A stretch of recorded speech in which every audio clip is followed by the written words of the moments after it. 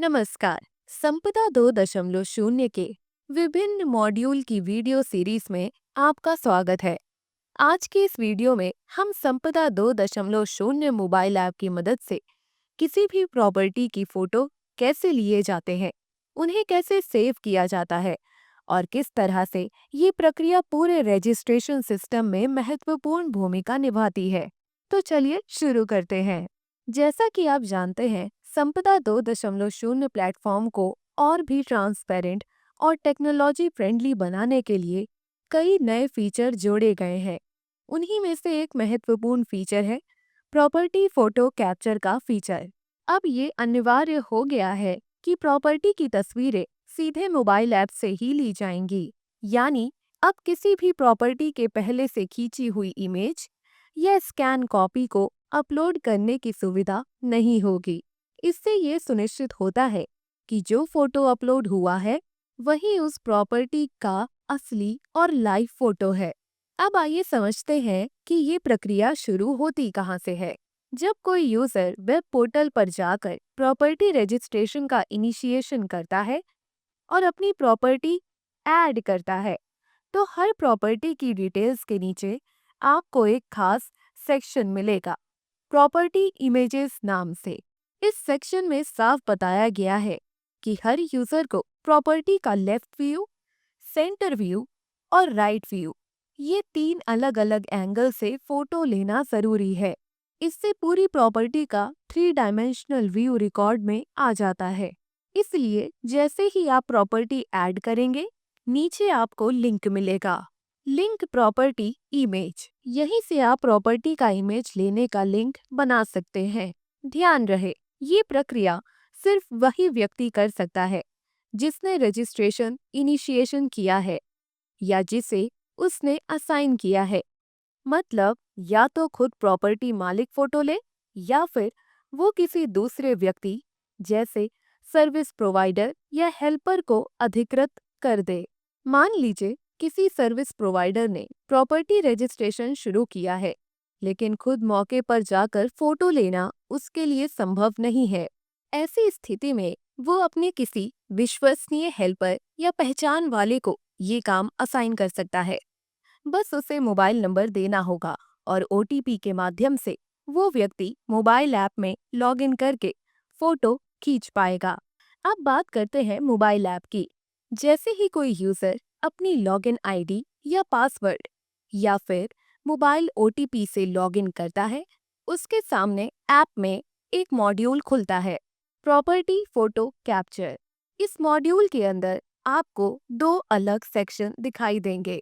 सबसे पहला सेक्शन है capture property image when a user is assigned. दूसरा सेक्शन है capture property image when user is not assigned. सबसे पहले हम समझते हैं पहला सेक्शन।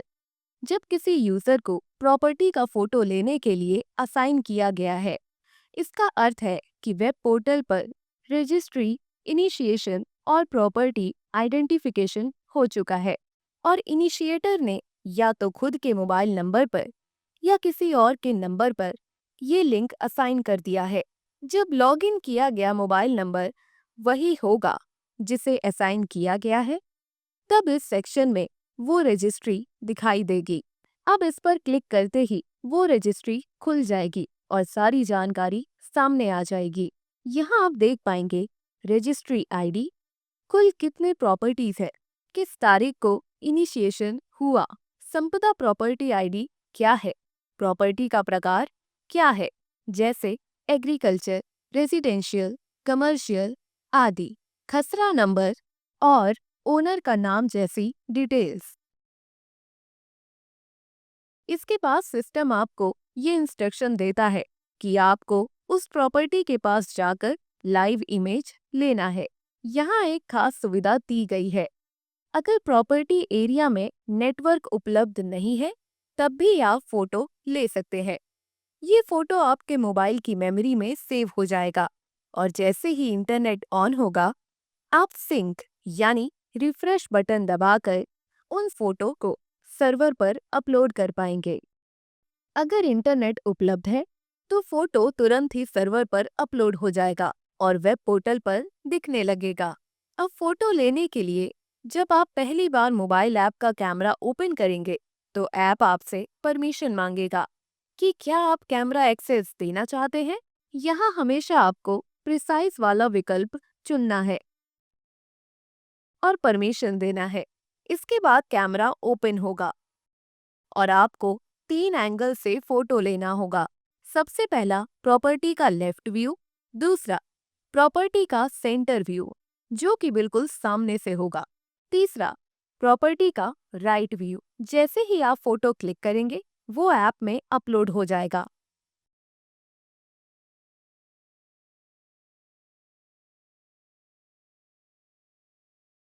अगर लगे कि फोटो ठीक से नहीं आया है तो जब तक आपकी डीड जनरेट नहीं हुई है आप फोटो बदल सकते हैं, लेकिन एक बार डीड जनरेट और एक्सेप्ट हो जाने के बाद फोटो बदला नहीं जा सकता। इसीलिए सलाह दी जाती है कि फोटो उसी वक्त साफ और क्लियर लें। हर प्रॉपर्टी का एक जियोसेंट्रिक पॉइंट होता है जो उसके लैटिट्यूड यानी अक्षांशा और लॉन्गिट्यूड यानी देशांतर की जानकारी देता है। जब आप view property on map button दबाएंगे तो प्रॉपर्टी की वास्तविक लोकेशन आपको मैप पर दिखाई देगी। अब फोटो अपलोड करने के लिए एक क्रम होता है।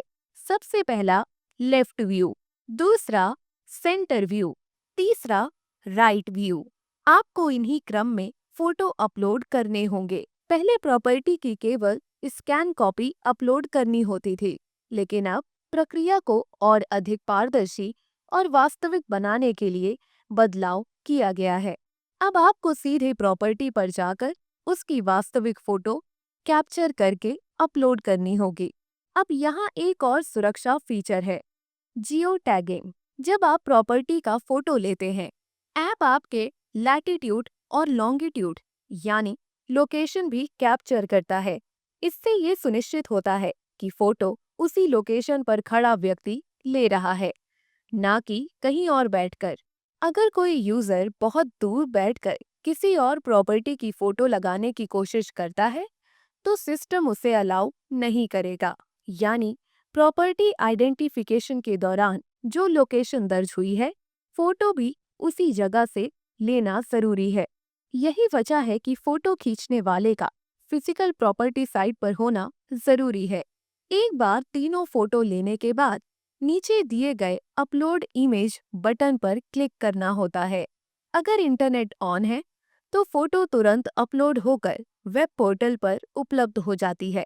वेब पोर्टल पर जाकर आप देख पाएंगे कि कौन सी 3 फोटो अपलोड हुए हैं, लेफ्ट, सेंटर और राइट व्यू।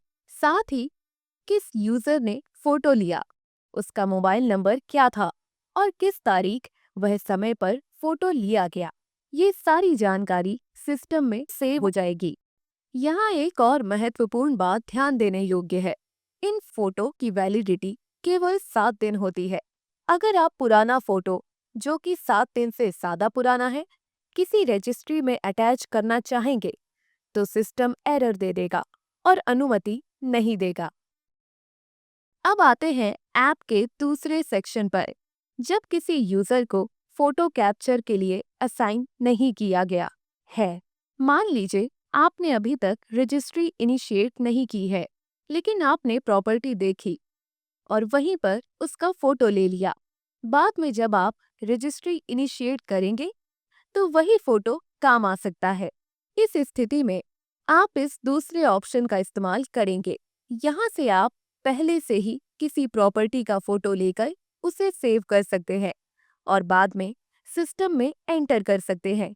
यहीं से जियो टैग आईडी भी जनरेट होती है, जिसे आगे चलकर सिस्टम में डालने पर प्रॉपर्टी की सारी डिटेल्स अपने आप आ जाती हैं। अब मान लीजिए फोटो लेते समय इंटरनेट उपलब्ध नहीं है तो फोटो पेंडिंग अपलोड में दिखेगी। अब बात करते हैं मैप पर प्रॉपर्टी आइडेंटिफाई करने की। ऐप में नीचे दिए गए प्लस वाले आइकन पर क्लिक करते ही आपके सामने पूरा मैप ओपन हो जाता है। आप मैप पर जाकर उस लोकेशन को चुन सकते हैं जहां प्रॉपर्टी है। मान लीजिए आपने हरदा जिले की प्रॉपर्टी सिलेक्ट की,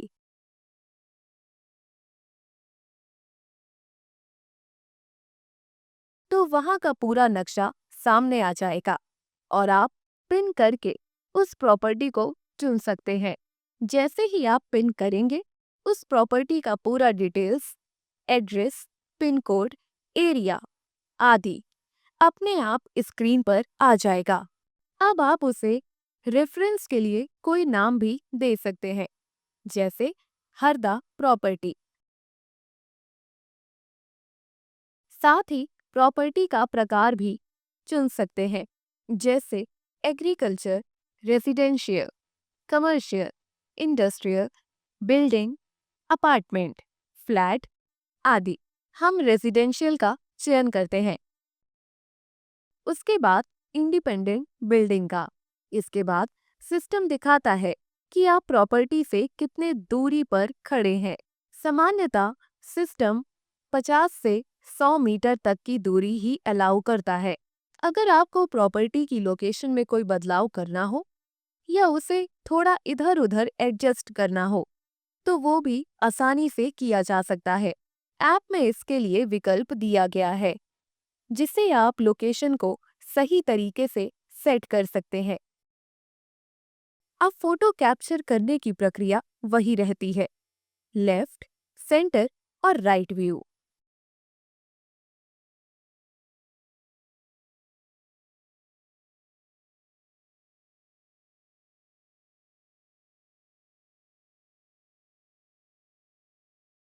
तीनों व्यू से फोटो लेने के बाद ऐप यूजर की करंट लोकेशन भी दिखाता है।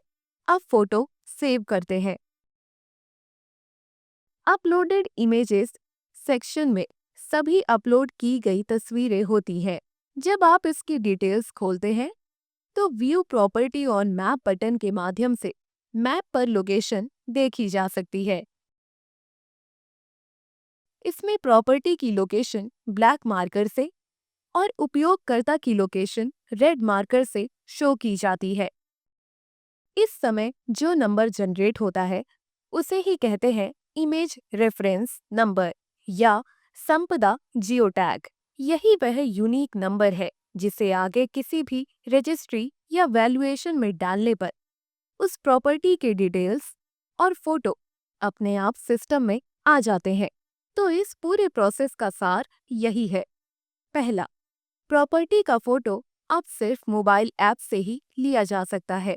दूसरा, 3 एंगल से फोटो अनिवार्य है, लेफ्ट, सेंटर और राइट। तीसरा, फोटो लेते समय लोकेशन यानी लैट लॉन्ग भी कैप्चर होता है।